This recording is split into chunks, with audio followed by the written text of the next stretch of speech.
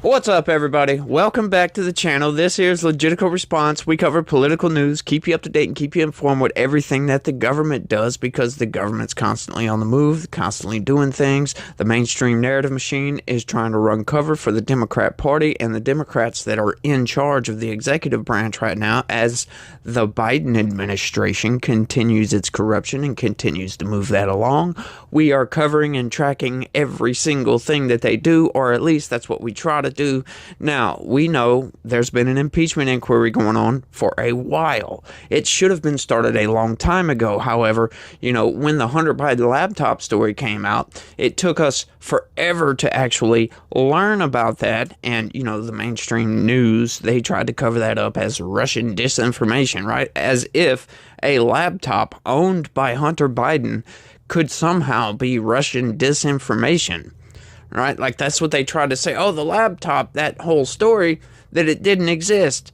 It's disinformation. This whole thing that Hunter Biden had a laptop and there was all kinds of information on it that could damn the Biden crime family.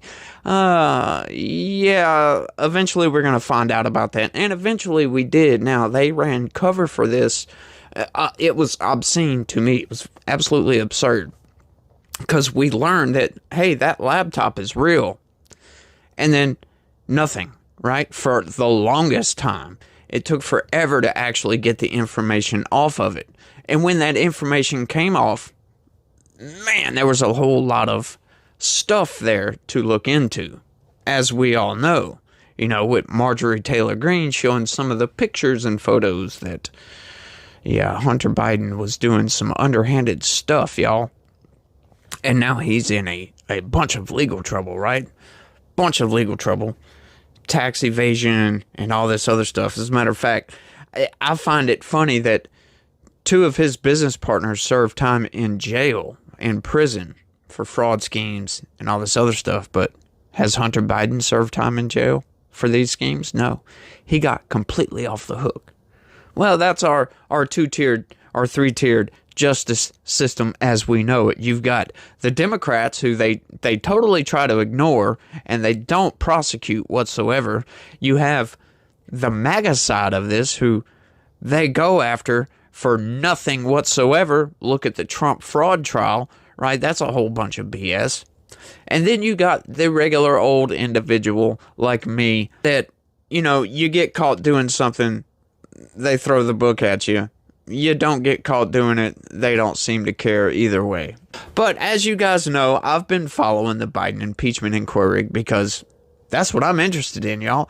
I want to see how deep the rabbit hole goes on all this. Well, we've been covering a lot, and as you probably saw by the thumbnail, this is an update to that. Now, I've speculated in the past before, what is taking these people so long to do this investigation? It's been going on for over a year, and I've been wondering, why are they slow rolling this? Why is this taking so long to investigate? Some of these investigations do last a pretty good long time. However, this one seems to be taking an excessive amount of time to get through. And it's kind of teeth-pulling agony. Why are we waiting so long on this? Well, come to find out, the oversight, the congressional investigators are having to get information from the Biden administration, right? And it's the Biden administration that we're investigating. So these people are, they'll request some documents, and then NARA or the FBI or whatever, they'll sit on that and sit on that and sit on that and wait till some due date comes up and then send them a bunch of redacted documents. And then, they receive those documents and they're like, WTF, what the hell is going on? We don't want redacted documents. We have oversight over this. We want the unredacted documents. So then, once again, that request goes in, and they wait and wait and wait and wait before they'll send out that information. And sometimes, as we've learned, they don't send that information at all, right? Like with the Robert Hur investigation, James Comer and Jim Jordan, they both wanted unredacted versions of this report. The audio files, the videotape interview, they want the unredacted stuff. And they haven't sent the unredacted stuff as of yet. But we've got another trove of emails. Check this out, you guys. National Archives hands more Biden emails to House GOP amid impeachment probe. The National Archives have sent House Oversight Committee nearly 6,000 pages of emails as part of Republicans' investigation into President Biden. The pair of letters addressed to Oversight Committee Chair James Comer and obtained by Axios is dated March 26th and is responding to a request from last September about certain presidential and vice presidential records from the Obama administration. Comer asked the National Archives and Records Administration, or NARA, in August to provide unredacted emails from Biden's time as vice president that involve his son Hunter Biden and Ukraine as part of the panel's probe into the family's foreign business dealings. In a recent letter, the agency said that it is conducting a rolling notification process to representatives of the former and incumbent presidents.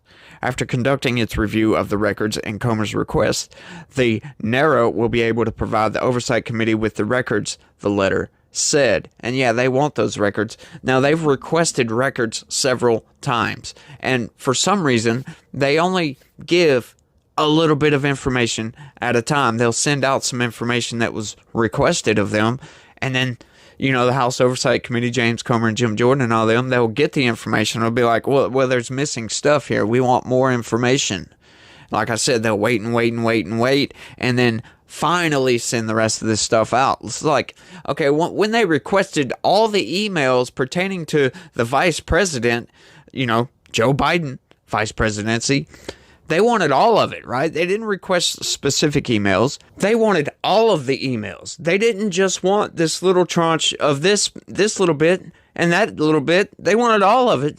However, NARA, in their infinite wisdom, just sent a little bit. So it's been, a process. It's been an act of Congress, if you will, to get some of this information.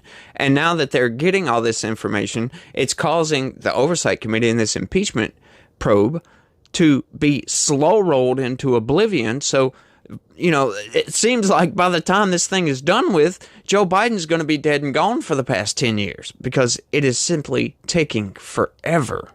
A senior House Democrat aide told Axios that NARA has publicly released more than 20,000 pages of emails related to Hunter Biden and the Biden family and more than 75,000 more pages of records to House Republicans.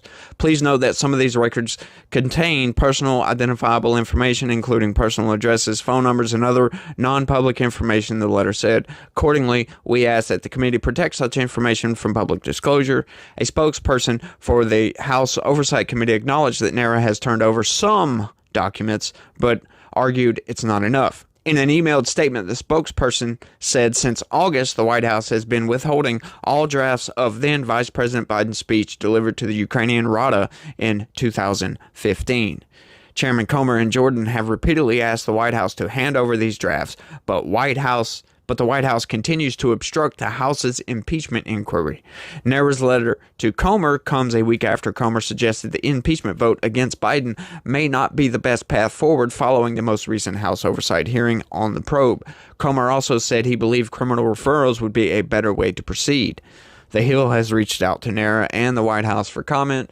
However, I doubt they're going to comment on this because they want this to quietly go away. And as a matter of fact, the Biden administration is simply doing everything it can to obstruct oversight. What does this tell you about our president? Why are they trying to obstruct this at every single turn? Kind of makes you wonder what's going on with this. Is it just because they're annoyed because, oh no, the Republicans, they're just trying to dig up a bunch of dirt. It's a witch hunt, in other words. Well, you know what I say to that. If it is just a witch hunt, why not go ahead and turn over all the information so they can realize it's a witch hunt? But no, see, it's not a witch hunt. The Democrats, they keep yelling about, oh, there's no smoking gun. Yeah, do you ever have a smoking gun? Maybe in a murder trial you might have a smoking gun, but most investigations and most of these court cases we see, because they go to trial, yeah, there is no smoking gun. The prosecution has to prove their case, and they let a jury decide if the person is guilty or not. Usually, if there's a smoking gun, there's not necessarily a trial, right? A lot of times people will be like, okay, you got me dead to rights. I'm going to go ahead and just plead guilty and let's get it over with because I'm guilty, so I might as well, right? But it is just funny that the Biden administration is doing everything they can to stop this quote-unquote witch hunt. Now, they've even gone to the lengths of arresting one of the star witnesses and claiming that he's lying, right? Now, I've covered this before. The mainstream narrative machine comes out and says, he will do, he will get away with, he will imprison, he will execute whoever he's allowed to imprison, execute. Well, the Republicans' impeachment investigation is no longer sufficient. We've got this guy, their main witness, was arrested for lying to the FBI. So there goes their whole impeachment probe. Well, hang on. The witness was arrested by the administration that's being investigated. Hang on, mainstream narrative machine. Y'all don't find something funny with that? No, God! No, God, please, no! No! No! Whatsoever? Y'all don't find that it's funny that the administration that's being investigated arrested one of the star witnesses for the investigators? No! You don't find something funny with that? No. Their impeachment probe is over now, right? No. And they keep trying to also say that, well, since Comer came out and said basically that they're not going to go for impeachment, the mainstream narrative machine has ran with this, saying, oh, well, their investigation's over. Once again, they're not going for impeachment, y'all. But Comer said that their best bet would be to go to criminal referrals. Now, you could take that as, oh, well, there's no evidence, there's no smoking gun, they can't prove nothing, so they're not trying to impeach him, right? Well, that would be surface level thinking if you actually do think of that. If you try to dig deep into this, you start thinking, hang on, so they've been slow rolling this thing. Wonder what's going on with that. They're being hindered by the administration that they're investigating. Okay, so there we go. Well, they're not going for impeachment either. I wonder why that is. Well, you look at the situation on the ground, right? We've got a Democratic-led Senate and a Democratic executive branch. We have a slim majority in the House. Well, we could get the actual impeachment vote as soon as it gets sent over to the Senate. This is not going to go nowhere. You know, a test case for this would be Alejandro Mayorkas. House outright impeached Alejandro Mayorkas, and yeah, the Senate's not doing anything with that. Supposedly they're supposed to send over those articles of impeachment in April. But we all know, we can see clearly that you're probably going to get almost every Republican to convict, and every single Democrat is going to vote not to convict. That's obvious. And that's the same thing that's going on with the Biden impeachment. That's why these people are looking at the situation and they're like, yeah, impeachment ain't going to work. We're going to just sit on these criminal referrals until we get a better AG, somebody who will actually take those criminal referrals, do their own investigation, look into it a little bit further, and then go with that. And if they decide not to go with charging Joe Biden with anything, then hey, we took our best shot, right? However, if you look at all the evidence, I've seen a lot of the evidence, and the evidence is quite damning. All the evidence that I can see, it does lead to a Biden crime family syndicate, a very racketeering and influence peddling syndicate right here that's going on. I mean, just look at some of the evidence. I'm not going to sit here on this video because, I'm not going to sit here and go over all that evidence. I would be here all stinking day. And like I said, just look into it a little bit yourselves. There's no smoking gun. Of course. There is no direct deposit from Burisma to Joe Biden's personal account. However, there is a chain of custody, if you will, over that money that does lead from Burisma to Joe Biden.